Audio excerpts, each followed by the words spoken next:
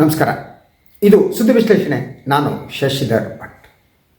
ಇದು ನನ್ನ ಡಿಜಿಟಲ್ ವಾಹಿನಿ ಸುದ್ದಿ ಟಿವಿ. SIR ಅಥವಾ ಮತದಾರರ ಪಟ್ಟಿ ಪರಿಷ್ಕರಣೆ. ದೇಶದಲ್ಲಿ ಈ ಬಗ್ಗೆ ಬಹಳ ಗಂಭೀರವಾದ ಚರ್ಚೆ ನಡೀತಾ ಇದೆ. ಇದರ ಬಗ್ಗೆ ಆಕ್ಷೇಪಗಳು ಕೇಳಿಬರ್ತವೆ. ಆಡಳಿತಾರೂಢ BJP ಇದನ್ನು ಡಿಫೆಂಡ್ ಮಾಡಿಕೊಳ್ತಾ ಇದೆ. ಅದರ ಜೊತೆಗೆ ಈ ಕೆಲಸವನ್ನು ಮಾಡ್ತಾ ಇರುವಂತಹ ಚುನಾವಣಾ ಆಯೋಗದ ಪ್ರಾಮಾಣಿಕತೆ ಬಗ್ಗೆ ಕೂಡ ಪ್ರಶ್ನೆ ಮೂಡಿದೆ. ಒಂದು ಪ್ರಭುತ್ವ ಬಹಳ ಸರಳವಾಗಿ ಇದನ್ನು ಡಿಫೆಂಡ್ ಮಾಡ್ಕೊಳ್ಳುತ್ತೆ. ಎಲೆಕ್ಷನ್ ಕಮಿಷನ್ ಕೂಡ ಏನಲ್ಲ, ಮತದಾರ ಪಟ್ಟಿ ಪರಿಷ್ಕರಣೆ ಆಗಬೇಕು, ಸೊ ಇಲ್ಲಿ ನುಸುಳುಕೋರರು ಬೇರೆಯವರು ಎಲ್ಲರ ಹೆಸರು ಮತದಾರ ಪಟ್ಟಿಯಲ್ಲಿದೆ, ಅವ್ರಿಗೆ ಕಿತ್ತಾಕ್ಬಿಡ್ತೀವಿ ನಾವು. ಪರಿಷ್ಕರಣೆ ಮಾಡಿ ಯಾರು ನಿಜವಾದ ಮತದಾರರಿದ್ದಾರೋ ನಾಗರಿಕರಿದ್ದಾರೋ ಅವರ ಮತದಾನದ ಹಕ್ಕು ಉಳ್ಕೊಳ್ಳುತ್ತೆ. ಇದು ವಾದ. ಹಾಗಿದ್ದರೆ ನಿಜವಾಗಿ ಏನಾಗ್ತಾ ಇದೆ? ನಾನು ಈ ಬಗ್ಗೆ ಮೊದಲೇ ಮಾತನಾಡಬೇಕು ಅಂತ ಅಂದ್ಕೊಂಡಿದ್ದೆ. ಭಾಳ ಕಾಲದಲ್ಲಿ ಭಾಳ ಸಮಯದಲ್ಲಿ ಬೇರೆ ಬೇರೆ ಕಾರಣದಿಂದ ಮಾತಾಡೋಕ್ಕೆ ಸಾಧ್ಯ ಆಗಿಲ್ಲ. ಒಂದು, ಈ ಮತದಾರರ ಪಟ್ಟಿಯ ಪರಿಷ್ಕರಣೆಯೇ ಒಂದು ಬಹುದೊಡ್ಡ ಷಡ್ಯಂತ್ರ, ನಂಬರ್ 1. ಎರಡನೇದು, ಈ ಮತದಾರರ ಪಟ್ಟಿಯ ಪರಿಷ್ಕರಣೆ ಏನಿದೆ, ಹಿಂದೂ ರಾಷ್ಟ್ರವನ್ನಾಗಿ ಈ ದೇಶವನ್ನು ಬದಲಿಸುವುದಕ್ಕೆ ಇಟ್ಟ ಇನ್ನೊಂದು ಹೆಜ್ಜೆ, ನಂಬರ್ 2. ನಂಬರ್ 3, ಇದನ್ನು ರಾಜಕೀಯ ಅಸ್ತ್ರವನ್ನಾಗಿ ಬಳಸುವುದು. ನಂಬರ್ 4, ಇದು ಪಕ್ಷದ BJPಯ ಒಳಗಡೆನೇ ಕೂಡ ಇದನ್ನು ರಾಜಕೀಯ ಅಸ್ತ್ರವನ್ನಾಗಿ ಬಳಸಲಾಗ್ತಾ ಇದೆ ಅನ್ನೋದು ಕುತೂಹಲಕರವಾದ್ದು. ಅದರ ಜೊತೆಗೆ ಈ ಒಂದು SIR ಅಥವಾ ಈ ಮತದಾರರ ಪಟ್ಟಿಯ ಪರಿಷ್ಕರಣೆಯ ಮೂಲಕ BJP ರಾಜಕಾರಣವನ್ನು ತಮ್ಮ ನಿಯಂತ್ರಣಕ್ಕೆ ತೆಗೆದುಕೊಳ್ತಾ ಇರುವವರು ಗೃಹ ಸಚಿವ ಅಮಿತ್ ಶಾ. ಸೊ ಏನಾಗ್ತಾ ಇದೆ ಈಗ? ಬಿಹಾರದಲ್ಲಿ ಏನಾಯಿತು ಅನ್ನೋದು ಗೊತ್ತಿದೆ. ಈಗ ಏನು ಮತ್ತೆ ಚುನಾವಣೆಗಳು ನಡೆಯುತ್ತಾ ಇವೆ. ಪಶ್ಚಿಮ ಬಂಗಾಳದಲ್ಲಿ, ಉತ್ತರ ಪ್ರದೇಶದಲ್ಲಿ, ತಮಿಳುನಾಡಿನಲ್ಲಿ, ಹೀಗೆ ಎಲ್ಲೆಲ್ಲಿ ಚುನಾವಣೆಗಳು ನಡೀಬೇಕೋ ಅಲ್ಲಿ ಮತದಾರರ ಪಟ್ಟಿಯನ್ನು ಪರಿಷ್ಕರಣೆ ಮಾಡಲಾಗ್ತಾ ಇದೆ. ಆದರೆ ಇದರ ಒಳಗಡೆ ಇರುವ ನಿಗೂಢತೆ ಏನು, ಇದರ ಪರಿಣಾಮ ಏನು, ಈ ವಿಚಾರವನ್ನು ನಾನು ಹೇಳೋದು ಕೇವಲ I will take Uttar Pradesh as A sample ಅಂತ. ಉತ್ತರ ಪ್ರದೇಶ ಅನ್ನೋ ಒಂದು ಸ್ಯಾಂಪಲ್ ಆಗಿ ತೆಗೆದುಕೊಳ್ಳೋಣ. ಈಗ ಏನು ಉತ್ತರ ಪ್ರದೇಶದ ಕರಡು ಮತದಾರರ ಪಟ್ಟಿ ಬಿಡುಗಡೆಯಾಗಿದೆ, ಅದರ ಪ್ರಕಾರ ಸುಮಾರು 3 ಕೋಟಿ ಮತದಾರರು ಕಡಿಮೆ ಆಗ್ತಿದ್ದಾರೆ. ಎಷ್ಟು ಹೇಳಿ? 3 ಕೋಟಿ 90 ಲಕ್ಷ ಅಂತ ಹೇಳಲಾಗ್ತಾ ಇದೆ. ಸ್ವಲ್ಪ ಆ ಕಡೆ ಕಡಿಮೆ ಆಗ್ತಾ ಇದೆ. ಸೊ ಫಾರ್ ಎಕ್ಸಾಂಪಲ್, ಉತ್ತರ ಪ್ರದೇಶದ ಮುಖ್ಯಮಂತ್ರಿ ಯೋಗಿ ಆದಿತ್ಯನಾಥ್ ಅವರ ಪ್ರಕಾರ 4 ಕೋಟಿ, what ever it may be. ಅವ್ರು 4 ಕೋಟಿ ಅಂತಾರೆ, 2 ಕೋಟಿ 30 ಲಕ್ಷ, ಓಕೆ, ಒಂದು 3 ಕೋಟಿ ಅಂದ್ಕೊಳ್ಳಿ. 3 ಕೋಟಿ ಮತದಾರರ ಸಂಖ್ಯೆ ಕಡಿಮೆ ಆಗ್ತಾ ಇದೆ, ನಂಬರ್ 1. ಸೊ ಅದರ ಜೊತೆಗೆ ಮತದಾರರ ಪಟ್ಟಿಗೆ ಹೊಸದಾಗಿ ಹೆಸರನ್ನು ಸೇರಿಸೋದಿದ್ರೆ ಸೇರಿಸುವ ಸೂಚನೆಯನ್ನು ನೋಡಿದೆ. ಇದೆಲ್ಲ ತುಂಬ ಸರಳವಾಗಿ ಕಾಣುತ್ತೆ, ಆದರೆ ಇದು ಸರಳವಾಗಿ ಇಲ್ಲ ಅನ್ನೋದು ಕುತೂಹಲಕರವಾದ. ಇದರ ಹಿಂದಿರುವ ಉದ್ದೇಶ ಏನು ಅಂತ. ಕೆಲವರ ಈ ಜನತಾಂತ್ರಿಕವಾದ ರೈಟ್ಸ್ ಏನಿದೆ ಜನತಂತ್ರದಲ್ಲಿ, ಆ ರೈಟ್ಸನ್ನು ಕಿತ್ತುಕೊಳ್ಳುವ ಯತ್ನ ಮತ್ತು ಇದನ್ನು ಹಿಂದೂ ರಾಷ್ಟ್ರವಾಗಿ ಪರಿವರ್ತನೆ ಮಾಡೋದು, ಒಂದು ಸಮುದಾಯವನ್ನು ಸಂಪೂರ್ಣವಾಗಿ ಮತದಾರರ ಪಟ್ಟಿಯಿಂದ ಹೊರಗಡೆ ಇರೋದು. ಕೇವಲ ಅದು ಮತದಾರರ ಪಟ್ಟಿಯಿಂದ ಮಾತ್ರ ಹೊರಗಡೆ ಇರೋದಲ್ಲ, ನಿಮ್ಮ ಹೆಸರು ಮತದಾರರ ಪಟ್ಟಿಯಲ್ಲಿ ಇಲ್ಲ ಅಂದರೆ ನೀವು ಚುನಾವಣೆಯನ್ನು ಸ್ಪರ್ಧಿಸೋದಕ್ಕಾಗಲ್ಲ. ಅಂದರೆ ಸಂಪೂರ್ಣವಾಗಿ ನಿಮ್ಮ ನಾಗರಿಕ ಹಕ್ಕುಗಳೇನಿವೆ ಅದನ್ನು ಕಸಿದುಕೊಳ್ಳೋದು ಈ ಅಸ್ತ್ರದ ಮೂಲಕ. First one thing. ಸೊ ನೀನು ಉತ್ತರ ಪ್ರದೇಶದ ಹೇಳ್ತಾ ಇದ್ದೆ.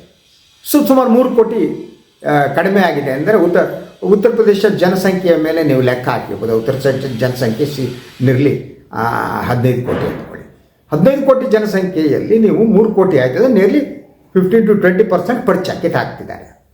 ಅದರ ಜೊತೆ ಕುತೂಹಲಕರವಾದದ್ದು ಅಂದರೆ ಇದು BJP ಒಳಗಿಡುವ ಆಂತರಿಕ ಜಗಳವನ್ನು ಇದು ಬಹಿರಂಗಪಡಿಸ್ತಾ ಇದೆ. ಇದೇ ಭಾಳ ಮಹತ್ವದ ಬೆಳವಣಿಗೆ. ಏನದು ಆಂತರಿಕ ಜಗಳ? ಅದು ಕೇಂದ್ರ ಗೃಹ ಸಚಿವ ಅಮಿತ್ ಶಾ ವರ್ಸಸ್ ಮುಖ್ಯಮಂತ್ರಿ ಯೋಗಿ ಆದಿತ್ಯನಾಥ್. ಇದರ ಹಿಂದೆ ಇರುವಂಥ ಗೇಮ್ ಪ್ಲ್ಯಾನ್ ಇದೆಯಲ್ಲ, ಇದು ಸಾಮಾನ್ಯ ಆದ್ದಲ್ಲ ಅಂತ. ಅದಕ್ಕೆ ಪೂರಕವಾಗಿ ನಾನು ಅಂಕಿಅಂಶಗಳು ಹೇಳೋ ಪ್ರಕಾರ, ಒಂದು ಕೇಂದ್ರ ಚುನಾವಣಾ ಆಯೋಗ ಏನು ಈ ಮತದಾರರ ಪಟ್ಟಿಯನ್ನು ಪರಿಷ್ಕರಿಸಿದೆ, ಅದರಲ್ಲಿ ದೊರೆತ ಅಂಕಿಅಂಶಗಳು ಒಂದಾದರೆ, ರಾಜ್ಯ ಚುನಾವಣಾ ಆಯೋಗ ಮತದಾರರ ಪಟ್ಟಿಯನ್ನು ಪರಿಷ್ಕರಣೆ ಮಾಡಿದೆ, ಅದು ಡಿಸೆಂಬರ್ನಲ್ಲೇ. Please understand sir.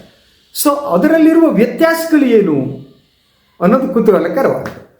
ನೀವು ದಟ್ ಉತ್ತರ ಪ್ರದೇಶದ ಗ್ರಾಮೀಣ ಪ್ರದೇಶದ ಟೋಟಲ್ ಮತದಾರರ ಸಂಖ್ಯೆಯನ್ನು ನೋಡಿದರೆ ನೀವು, ಅದರಲ್ಲಿ ಕೇಂದ್ರ ಚುನಾವಣಾ ಆಯೋಗದ ಮತದಾರ ಕರಡು ಪಟ್ಟಿ ಪ್ರಕಾರ ಉತ್ತರ ಪ್ರದೇಶದ ಗ್ರಾಮಾಂತರ ಪ್ರದೇಶದಲ್ಲಿರುವ ಮತದಾರರ ಸಂಖ್ಯೆ ಏನಿದೆ, ಈ ಮತದಾರ ಪಟ್ಟಿಯ ಪ್ರಕಾರ ಸುಮಾರು 9.5 ಕೋಟಿ.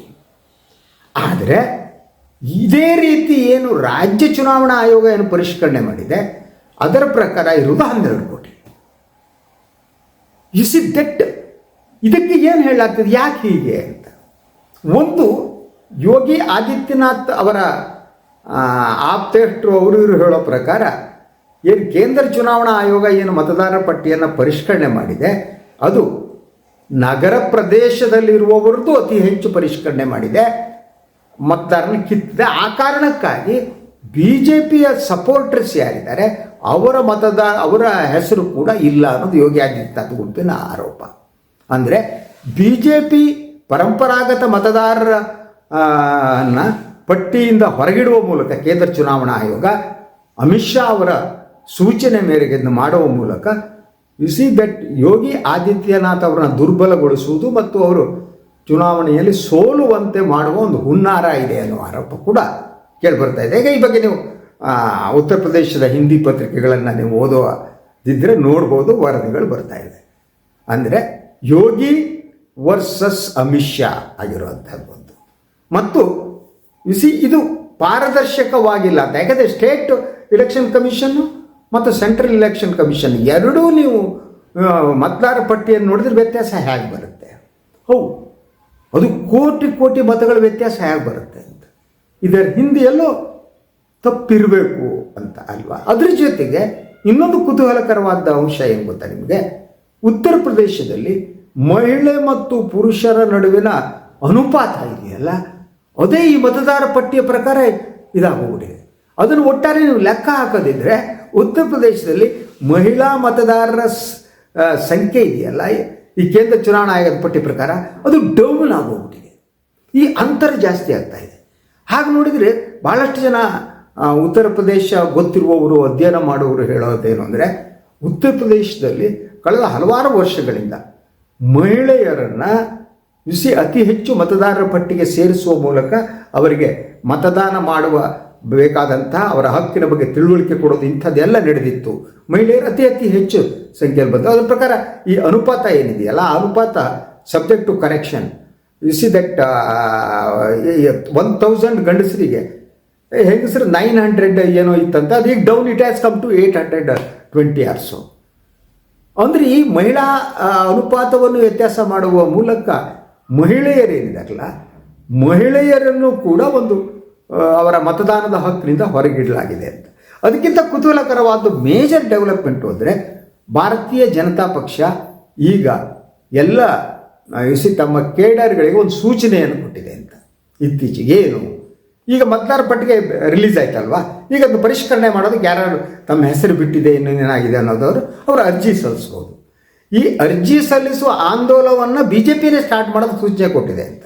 ಅದು ಏನದು ಅಂದರೆ, ಪ್ರತಿ ಒಂದು ಬೂತ್ನಲ್ಲಿ ಕನಿಷ್ಠ 200 ಜನರನ್ನು ನೀವು ಸೇರಿಸಬೇಕು. ಸೊ ಉತ್ತರ ಪ್ರದೇಶದಲ್ಲಿ ಅಷ್ಟು 15 ಲಕ್ಷ ಅಷ್ಟು ಬೂತ್ಗಳಿವೆ. ಸೊ ನೀವು ಆ ಮೂಲಕ ಅಂದರೆ ಮತ್ತೆ ಕೋಟ್ಯಾಂತರ ಮತದಾರರನ್ನ ಸೇರಿಸಬೇಕು. ಮತ್ತು ಈ ಸೇರಿಸುವ ಜನ ಯಾರಾಗಿರಬೇಕು? BJPಯವರಾಗಿರಬೇಕು. ಅಂದರೆ ಒಂದು ಕಡೆ ಜಾಗವನ್ನು ಖಾಲಿ ಮಾಡೋದು, ಅಂಡರ್ಸ್ಟ್ಯಾಂಡ್, 3 ಕೋಟಿ ಮತದಾರನ ಎತ್ತಾಕ್ಬಿಡೋದು. ಎತ್ತಾಕಿದ ಮೇಲೆ ತಕ್ಷಣ BJPಯ ಅವರ ಸಂಘಟನೆ ಭಾಳ ಪವರ್ಫುಲ್ ಆಗಿದೆ ನೋಡಿ. ಅವರ ಮೂಲಕ ಅವರಿಗೆ ಬೇಕಾದವ್ರನ್ನ ಮತದಾರ ಪಟ್ಟಿಗೆ ಸೇರಿಸೋದು.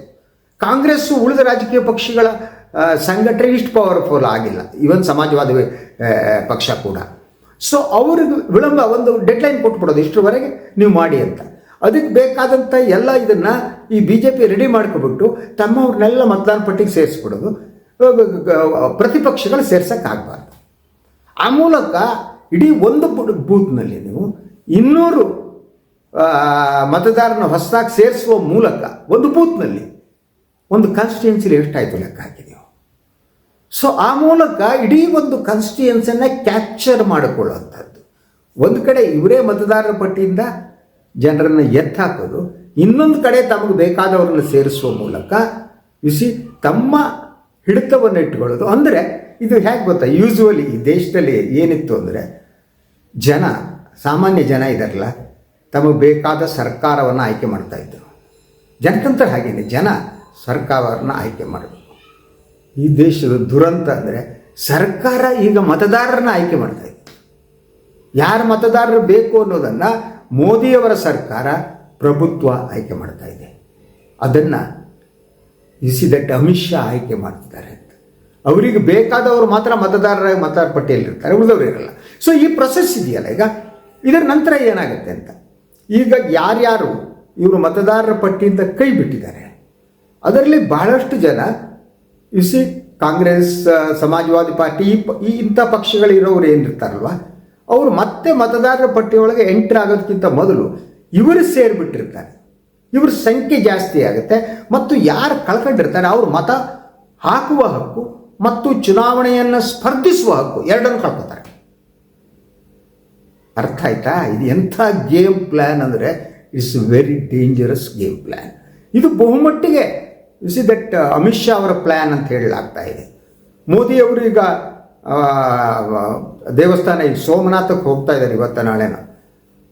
ಗಜನವಿ ಇವನು ದಾಳಿ ಮಾಡಿ ಸೋಮನಾಥ ದೇವಸ್ಥಾನಕ್ಕೇನೋ 1000 ಎಷ್ಟು ವರ್ಷ ಆಯ್ತಂತೆ, ಅದಕ್ಕೆ ಅಲ್ಲಿ 2 ದಿವಸ ಅಲ್ಲಿರ್ತಾರೆ ಅಂತ ಅವ್ರು ಅದೇನೇ ಈಗ ಸಂಪೂರ್ಣವಾಗಿ. ಮೊನ್ನೆ ಎಲ್ಲೋ ಬುದ್ಧನ ಇದಕ್ಕೆಲ್ಲ ಹೋಗಿದ್ದರು, ಆರಾಮಾಗಿ ಓಡಾಡ್ಕೊಂಡಿದ್ದಾರೆ. ಅವರು ಬಿಟ್ಬಿಡುತ್ತಾರೆ. ಅಲ್ಲಿ ಆ ಕಡೆ ಟ್ರಂಪ್ ಗೂಟ ಹೊಡಿತಾನೆ, ಯಾರು ಗೂಟ ಹೊಡೆದು ಕೇಳೋರಿಲ್ಲ ಹೇಳೋರಿಲ್ಲ, ಉತ್ತರ ಕೊಡಿ. ಇನ್ನೊಂದು ಸಲ ಮಾತನಾಡ್ತೀನಿ ಅದು ಲೇಟೆಸ್ಟ್ ಅಮೇರಿಕಾ ಡೆವಲಪ್ಮೆಂಟ್ ಬಗ್ಗೆ. ಸೊ ಅವರು ಓಡಾಡ್ಕೊಂಡಿದ್ದಾರೆ. But Amit Shah to control ಅಂತ. ಈಗ ಅಮಿತ್ ಶಾ ಈ ಕಂಟ್ರೋಲಿಗೆ ತೆಗೆದುಕೊಂಡಂತಹ ನಿಯಂತ್ರಣಕ್ಕೆ BJP ರಾಜಕಾರಣವನ್ನು, ಸರ್ಕಾರವನ್ನು ತಮ್ಮ ನಿಯಂತ್ರಣಕ್ಕೆ ತೆಗೆದುಕೊಂಡಂತಹ ಅಮಿತ್ ಶಾ ಈಗ ಅವರ ತಕ್ಷಣದ ಟಾರ್ಗೆಟ್ ಯೋಗಿ ಆದಿತ್ಯನಾಥ್. ಆ ಕಾರಣಕ್ಕೆ ಯಾಕಂದರೆ ಕಾಂಪಿಟೇಟರ್ ಅಂತ ಅವರು. ಈಗ ಯೋಗಿ ಆದಿತ್ಯನಾಥ್ ಮತ್ತು ಅಮಿತ್ ಶಾ ನಡುವೆ ಬಹುದೊಡ್ಡ ಬಿರುಕು ಮೂಡಿದೆ ಅಂತ ಹೇಳಲಾಗ್ತಾ ಇದೆ. ಈ SIR ಅಥವಾ ಮತದಾರ ಪಟ್ಟಿಯ ಪರಿಷ್ಕರಣೆ ಅಸ್ತ್ರವನ್ನು ಅಮಿತ್ ಶಾ ಈಗ ಎಲ್ಲಿ ಉತ್ತರ ಪ್ರದೇಶದಲ್ಲಿ ಏನನ್ನು ಬಳಸ್ತಾ ಇದ್ದಾರೆ, ಅದು ಯಾರ ವಿರುದ್ಧ? ಯೋಗಿ ಆದಿತ್ಯನಾಥ್ ವಿರುದ್ಧ. ಆದ್ದರಿಂದ ಈಗ ಯೋಗಿ ಆದಿತ್ಯನಾಥ್ ಸೀರೀಸ್ 2 ವಿಚಾರಗಳು. ಒಂದು, ಅವರ ಚುನಾವಣಾ ಆಯೋಗ, ರಾಜ್ಯ ಚುನಾವಣಾ ಆಯೋಗ ಸಂಗ್ರಹಿಸಿದ ಅಂಕಿಅಂಶ ಮತದಾರ ಪಟ್ಟಿ, ಅದೇ ರೀತಿ ಕೇಂದ್ರ ಚುನಾವಣಾ ಆಯೋಗ ಪರಿಷ್ಕರಿಸಿದ ಮತದಾರ ಪಟ್ಟಿ, ಇವೆರಡರ ನಡುವೆ ಇರುವ ವ್ಯತ್ಯಾಸ ಒಂದು. ಎರಡನೇದಾಗಿ ಈಗ ಏನು ಪರಿಷ್ಕರಣೆ ಆದ ಮೇಲೆ ಈಗ ಸತತವಾಗಿ ಯೋಗಿ ಆದಿತ್ಯನಾಥ್ ಮತ್ತು BJP ಗುಂಪು ತಮ್ಮ ಮತದಾರರನ್ನು ಮತದಾರರ ಪಟ್ಟಿಗೆ ಸೇರಿಸುವ ಒಂದು ಆಂದೋಲನ ರೀತಿಯಲ್ಲಿ ಪ್ರಾರಂಭ ಮಾಡಿದೆ, ಸೂಚನೆ ಕೊಟ್ಟಿದೆ ಅಂತ. ಜನತಂತ್ರ ಉಳಿಯುತ್ತಾ ಇಲ್ವಾ ಗೊತ್ತಿಲ್ಲ. ಯಾಕಂದರೆ ಈ ಜನತಂತ್ರ ಇದೆಯಾ ಅನ್ನೋದೇ ಬಹುದೊಡ್ಡ ಪ್ರಶ್ನೆ. ಇದು ಇವತ್ತಿನ ಸುದ್ದಿ ವಿಶ್ಲೇಷಣೆ. ಇನ್ನೊಂದು ವಿಚಾರದಿಂದ ಮತ್ತೆ ಬರ್ತೀನಿ. ನಾನು ವಾಯಿನ್ ಲೈಕ್ ಮಾಡಿ, ಸಬ್ಸ್ಕ್ರೈಬ್ ಮಾಡಿ, ಬೆಲ್ ಐಕಾನ್ ಪ್ರೆಸ್ ಮಾಡೋದಕ್ಕೆ ಮರಿಬೇಡಿ. ಹಾಗೆಯೇ ಸಾಧ್ಯ ಆದರೆ ಸಹಾಯ ಮಾಡಿ, ಸ್ವತಂತ್ರ ಪದಕೋದ್ಯಮವನ್ನು ಉಳಿಸಿ ನನ್ನನ್ನು ಆಶೀರ್ವದಿಸಿ. ನಮಸ್ಕಾರ.